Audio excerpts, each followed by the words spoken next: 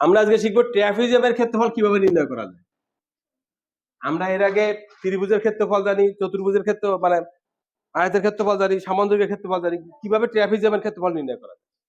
তো ট্রাপিজিয়াম কাকে বলে সেটা আগে বুঝি। দেখুন বলো তো ট্রাপিজিয়াম কাকে বলে? এক জোড়া বাহু সমান্তরাল, এক জোড়া বাহু, যে চতুর্ভুজের এক জোড়া বাহু সমান্তরাল তাই হচ্ছে ট্রাপিজিয়াম। এই বাহু এবং এই বাহু সমান্তরাল, বাকি বাহু কিন্তু সমান্তরাল না। এইরকম আকৃতিকে বলা হয় ট্রাপিজিয়াম। ট্রাপিজিয়ামের এক জোড়া বাহু সমান্তরাল, মানে দুইটি বাহু সমান্তরাল, বাকি দুটি বাহু সমান্তরাল না। ঠিক আছে, যে চতুর্ভুজের এক জোড়া বাহু সমান্তরাল তাই ট্রাপিজিয়াম। এখন এই ট্রাপিজিয়ামের ক্ষেত্রফল কিভাবে নির্ণয় করব? এখন ক্ষেত্রফল বের করতে গেলে আমার কিছু দেওয়া থাকতে হবে, হয় সমান্তরাল বাহু দেওয়া থাকতে হবে, উচ্চতা দেওয়া থাকতে হবে। তাহলে আমি মনে করি এইটি হচ্ছে বি আর এইটি হচ্ছে এ।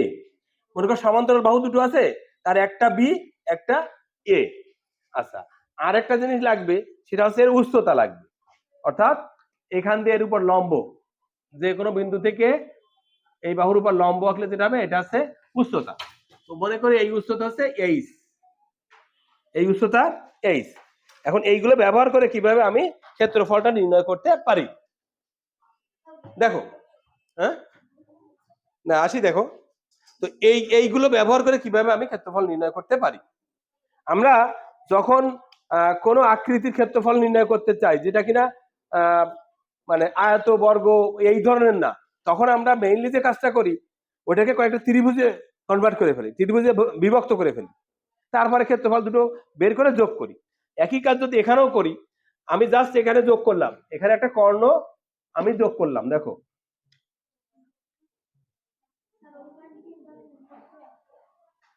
আমি একটা কর্ণ যোগ করলাম, কর্ণ যোগ করার পরে দুটো ত্রিভুজে বিভক্ত হয়েছে, কিন্তু উপরে একটা ত্রিভুজ নিচে একটা ত্রিভুজ, দুটো ত্রিভুজে, হ্যাঁ অল্প একটু, দুটো ত্রিভুজে বিভক্ত হয়েছে। তার মানে আমি যেটা নাম দিই যদি এ বি সি ডি, তাহলে এ ডি বি একটা ত্রিভুজ হয়েছে আর বি ডি সি একটা ত্রিভুজ হয়েছে।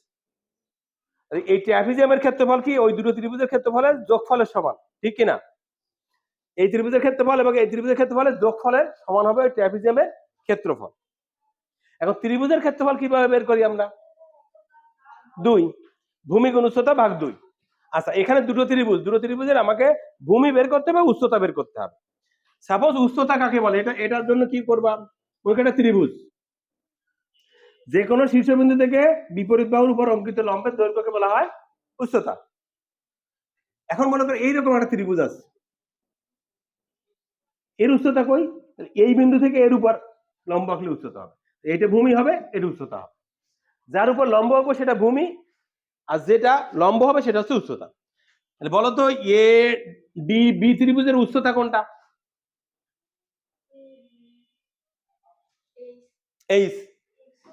কারণ এইটা কিন্তু এখান দিয়ে উচ্চতা তুমি একই হবে, যেহেতু সমান্তরাল, সমান্তরাল আছে দুইটি রেখার মধ্যবর্তী দূরত্ব সর্বদা সমান। আমি যদি এই শীর্ষবিন্দু থেকে এর উপর লম্ব অঙ্কন করার চেষ্টা করি, তাও কিন্তু এই এইচ আর এই এইচ সমান হবে। আমরা শীর্ষ থেকে ভূমির উপর বা ভূমির বর্ধিত অংশের উপর অঙ্কিত লম্বের দৈর্ঘ্য, ঠিক আছে?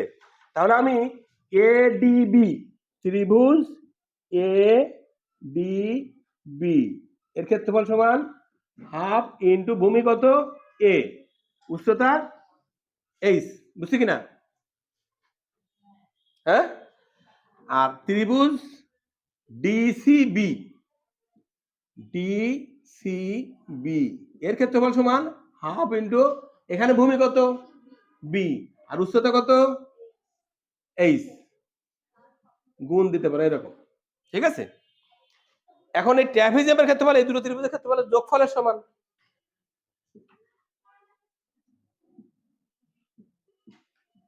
ট্রাপিজিয়াম,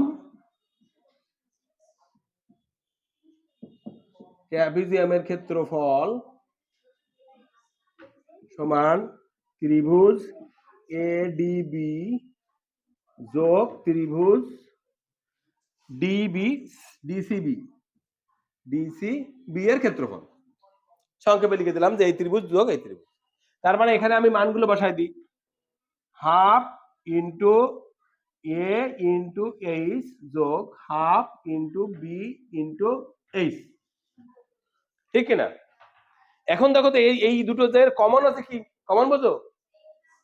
এইচ আছে, হাফ আছে, হাফও দুই জায়গায় কমন আছে, এইচও দুই জায়গায় কমন আছে। তাহলে হাফ আর এইচ যদি কমন নি, হাফ ইন্টু এইচ কমন নিলাম, থাকলো কত? কমন নেওয়া মানে এটাতে ভাগ করা। যদি হাফ এইচ দিয়ে ভাগ করো তাহলে এখানে কে থাকে? শুধু এ থাকে, কাটাকাটি হয়ে এ থাকে, আর এখানে শুধু বি থাকে, ঠিক কিনা? এই বিষয়টাকে আমি এখন বর্ণনামূলক ভাবে লিখতে পারি যে হাফ ইন্টু উচ্চতা ইন্টু সমান্তরাল বাহুদ্বয়ের যোগফল, বা হাফ ইন্টু সমান্তরাল বাহুদ্বয়ের যোগফল ইন্টু উচ্চতা। এটাকে আবার এইভাবেও লেখা যায়, হাফ ইন্টু এ প্লাস বি ইন্টু এইচ। তার মানে ক্ষেত্রফল সমান কি পাবো?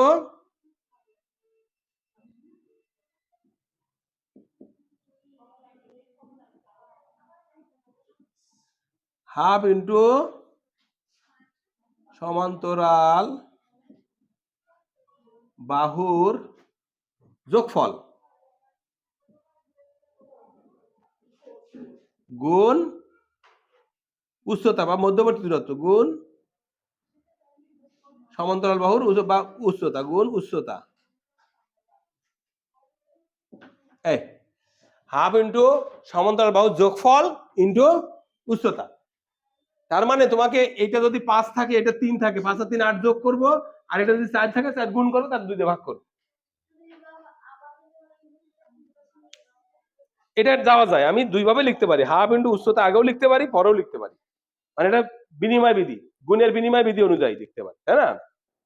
যে কোনো ভাবে বলা যেতে পারে হাফ ইন্টু উচ্চতা ইন্টু সমান্তরাল বাহুদের যোগফল, হাফ ইন্টু সমান্তরাল বাহুদের যোগফল ইন্টু উচ্চতা, ঠিক আছে?